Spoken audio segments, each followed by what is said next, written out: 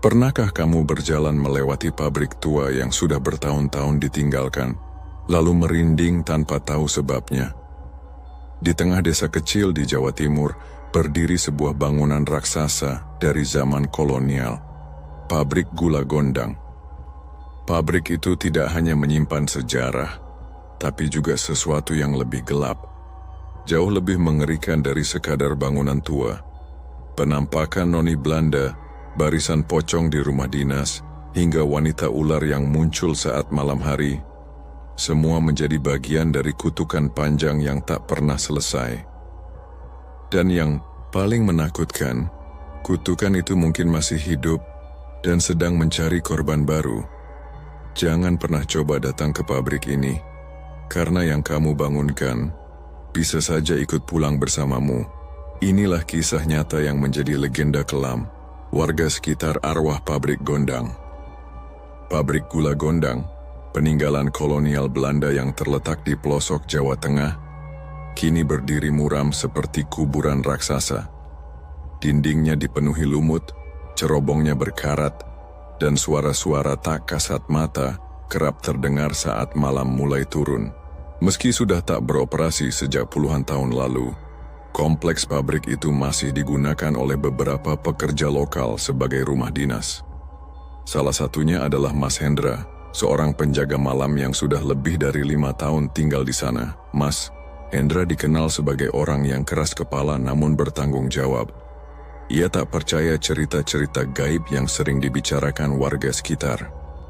Bahkan ketika warga memperingatkannya tentang penampakan pria-pria Belanda berseragam militer yang kerap terlihat berbaris di depan pabrik, ia hanya tertawa.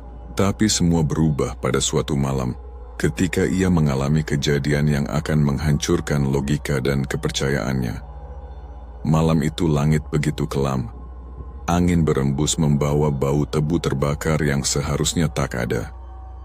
Jam dinding rumah dinas Mas Hendra menunjukkan pukul 02.33 ketika ia terbangun karena mendengar suara geraman aneh dari luar rumah. Ia mengintip dari jendela, dan di bawah cahaya bulan samar matanya membelalak. 10 pocong berdiri mengelilingi rumahnya, membentuk lingkaran sempurna. Mereka tidak bergerak, hanya berdiri diam dengan kepala tertunduk. Jantung Mas Hendra berdetak cepat. Ia memejamkan mata, berharap itu semua ilusi. Tapi saat membuka mata, pocong-pocong itu masih di sana. Dan kini satu di antaranya mengangkat kepalanya. Mata kosong berongga menatap lurus ke arahnya. Mas Hendra mundur terhuyung.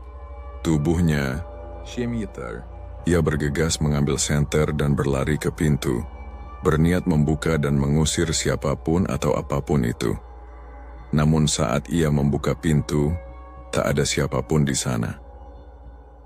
Keesokan paginya, ia menceritakan apa yang dilihatnya kepada Pak Joyo, seorang warga senior desa yang dulu bekerja di pabrik itu sejak zaman penjajahan. Wajah Pak Joyo menegang mendengar cerita Hendra. 10 pocong itu bukan mimpi. Mereka adalah arwah para buruh pabrik yang dulu mati dipaksa kerja rodi. Ada yang diceburkan ke mesin giling, ada yang ditembak Belanda karena dianggap lambat bekerja, ujar Pak Joyo lirih. Rumah dinas yang kau tempati itu dulunya tempat tahanan sementara. Dulu sempat ditemukan jasad-jasad terbungkus karung di bawah lantai rumah itu. Malam-malam selanjutnya menjadi semakin menyeramkan. Hendra sering mendengar suara-suara teriakan dalam bahasa Belanda, dan kadang melihat kilatan cahaya seperti bayonet di balik semak. Suatu kali ia melihat barisan lelaki berseragam militer. Wajahnya pucat dan mata mereka kosong, berjalan perlahan di halaman pabrik, seolah sedang patroli abadi yang tak pernah selesai. Tak hanya itu, beberapa warga juga mulai melapor melihat sosok noni Belanda berdiri di depan bekas bangunan kantor pabrik. Mereka mengenakan gaun putih dengan rendah, tertawa cekikikan seperti sedang bercengkerama. Tetapi saat didekati, suara tawa itu berubah menjadi jeritan menusuk telinga, dan wajah-wajah mereka meleleh seperti lilin panas. Cerita demi cerita beredar, hingga akhirnya nama pabrik Gondang menjadi momok. Anak-anak dilarang bermain terlalu dekat, dan orang dewasa pun lebih memilih memutar jalan meski harus menempuh jarak lebih jauh. Namun keangkeran pabrik itu belum mencapai puncaknya. Karena di sebuah lahan kosong tak jauh dari pabrik, seorang pria tua bernama Wahid menemukan sebidang tanah subur yang ia gunakan untuk menanam tanaman ternak. Lahan itu terlihat biasa saja di siang hari, namun menyimpan sesuatu yang jauh lebih gelap di malam hari. Dan dari sanalah kisah lebih mengerikan akan dimulai. Wahid, seorang pria tua sederhana berusia hampir 70 tahun, dikenal sebagai sosok pekerja keras dan pendiam. Ia tinggal seorang diri di sebuah rumah kayu sederhana tak jauh dari kompleks pabrik Gondang. Meski tubuhnya tak sekuat dulu, Wahid masih rajin mengurus kambing dan ladang kecil peninggalan almarhum istrinya. Suatu pagi, Wahid sedang menyusuri jalan tanah menuju utara pabrik.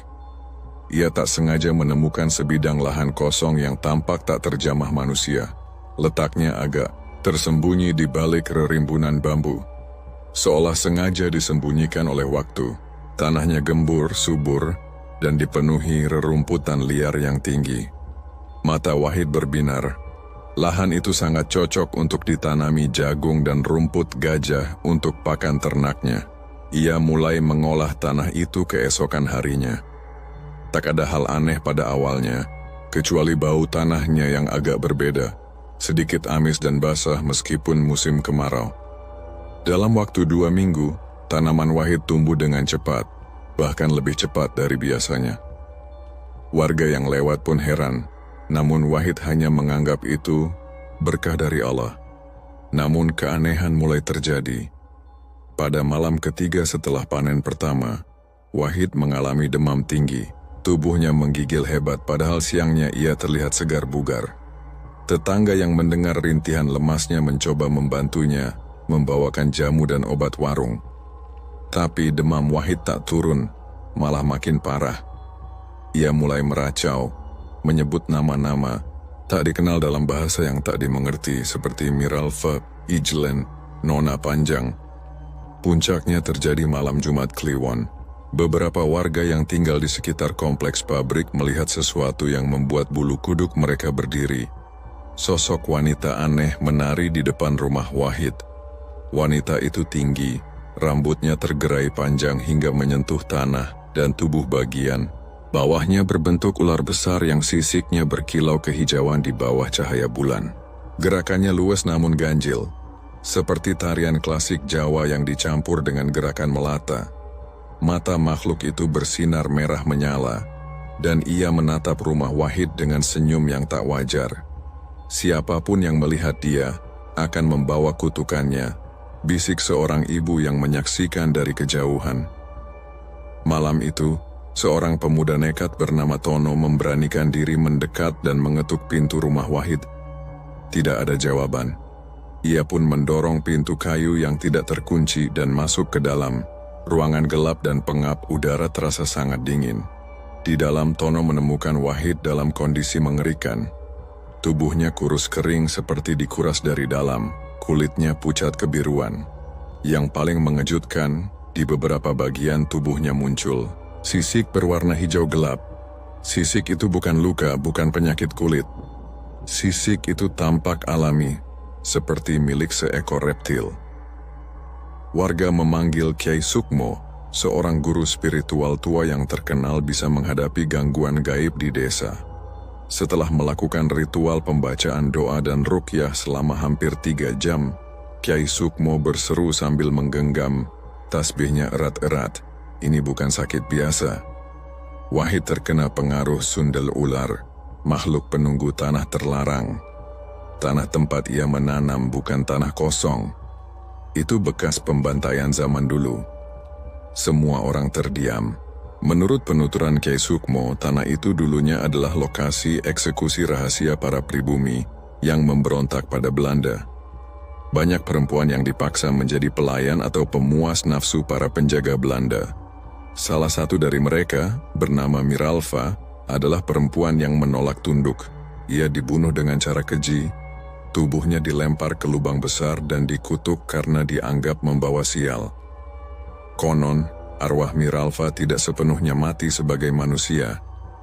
Karena dendam dan kemarahan yang sangat dalam, ia menjelma menjadi makhluk jadi-jadian, separuh wanita, separuh ular, penjaga tanah kutukan itu.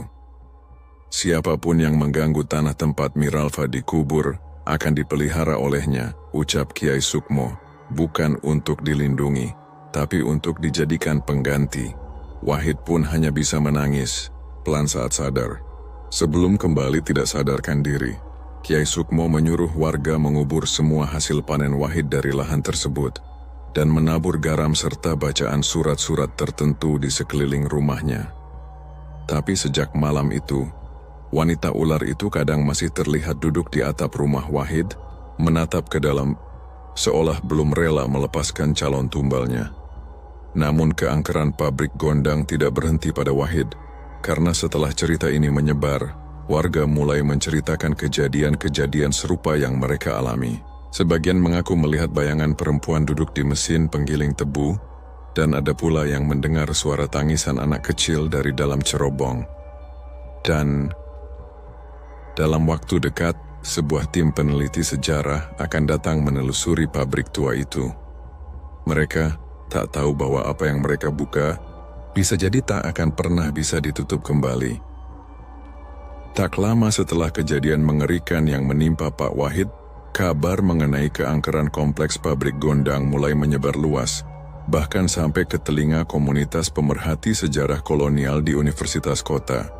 Salah satu dosen muda bernama Dr. Rendra Prakoso tertarik untuk menggali lebih jauh sejarah kelam pabrik gula tersebut. Ia mengajukan proposal penelitian arkeologi dan sejarah budaya terkait bangunan kolonial dan potensi folklore trauma kolektif di kawasan itu. Ia datang ke desa dengan 4 orang mahasiswa tingkat akhir, Indra, Silvi, Adit, dan Maya. Mereka membawa kamera, alat perekam suara, drone, serta alat gali ringan. Penduduk sempat memperingatkan mereka agar tidak macam-macam, terutama soal tanah kosong di belakang pabrik. Tapi seperti biasa, peringatan itu dianggap hanya mitos belaka. Cerita seperti itu hanya untuk menakut-nakuti, kata Dr. Rendra sambil tersenyum tipis. Hari pertama penelitian berlangsung cukup tenang. Mereka merekam kondisi bangunan tua, mencatat ukiran di pintu-pintu besi pabrik, dan menemukan bekas tulisan Belanda di dinding gudang tua bertuliskan Verloren, maar niet vergeten. Lang tapi tidak dilupakan. Kalimat itu terkesan ambigu, seolah menjadi pesan dari masa lalu. Namun, malam pertama mereka menginap di rumah dinas tua peninggalan Belanda yang berada tepat di pinggir kompleks pabrik, menandai dimulainya mimpi buruk. Jam 01.33 dini hari Indra terbangun karena mendengar suara langkah sepatu berat di lantai kayu. Suara itu ritmis seperti suara pasukan.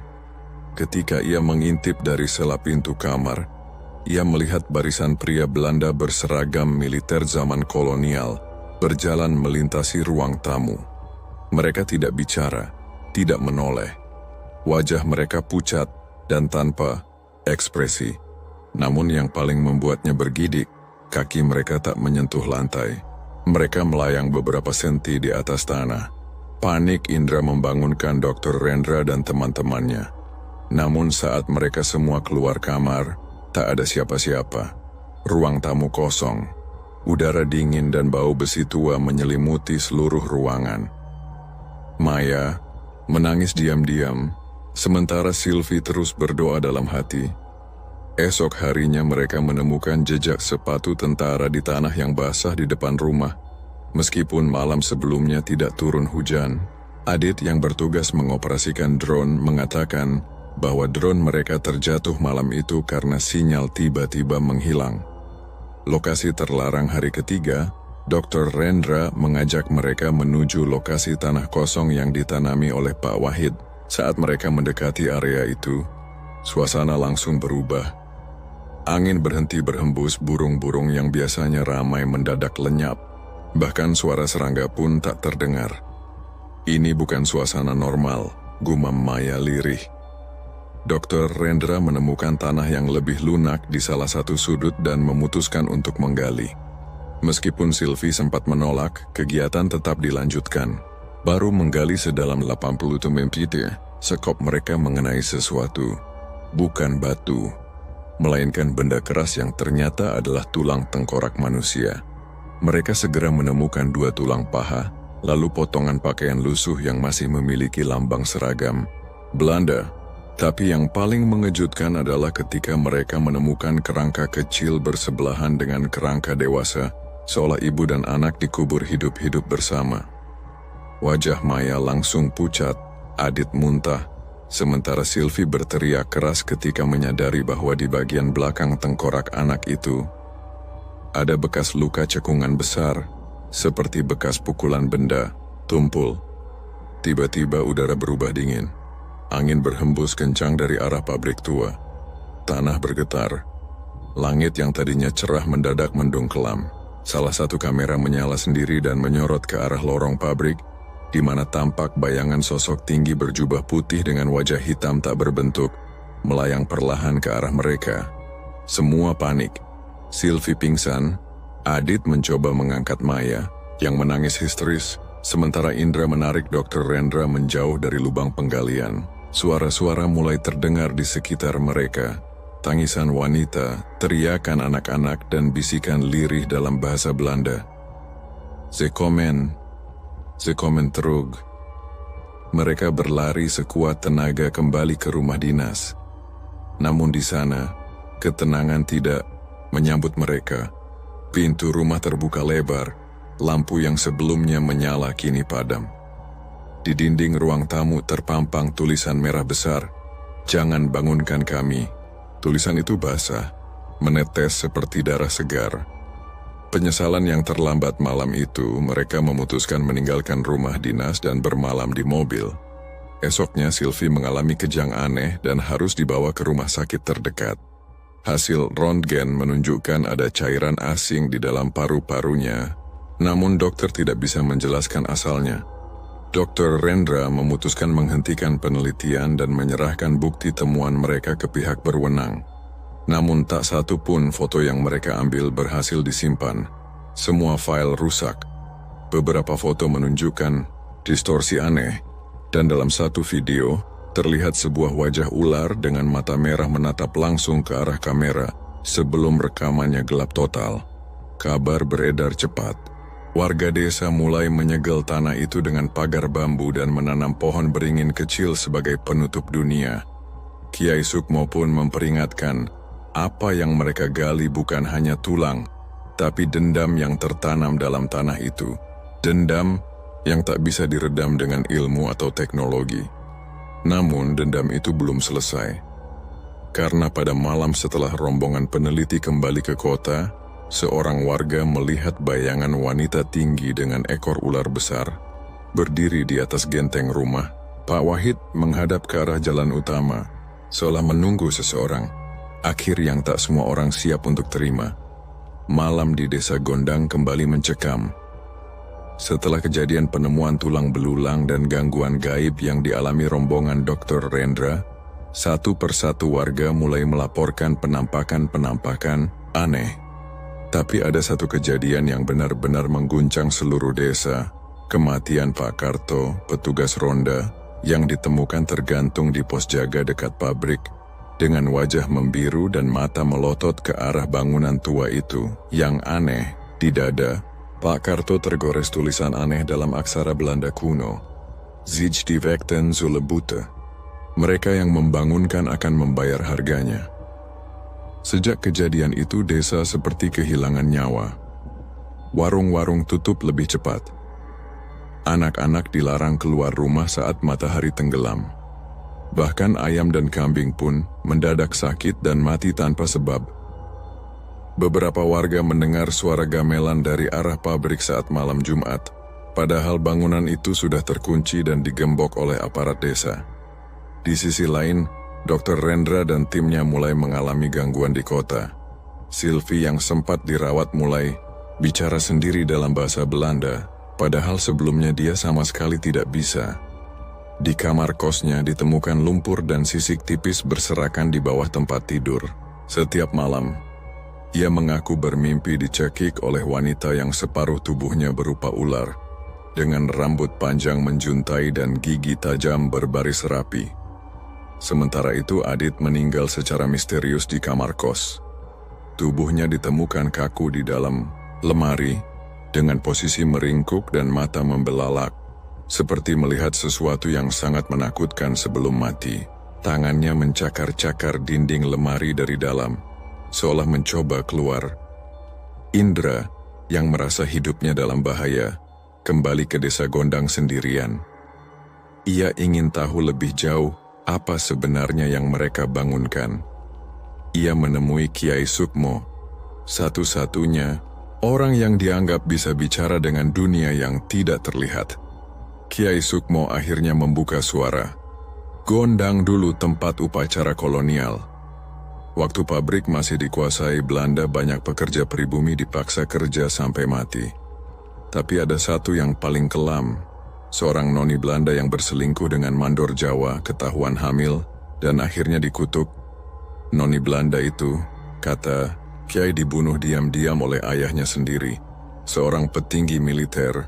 Ia dibakar hidup-hidup di ruang bawah tanah pabrik, lalu tubuhnya dibelah, kepalanya dikubur di taman, dan tubuhnya dikubur di lahan belakang pabrik, di tempat yang digali oleh Pak Wahid, dan kemudian oleh Dr. Rendra.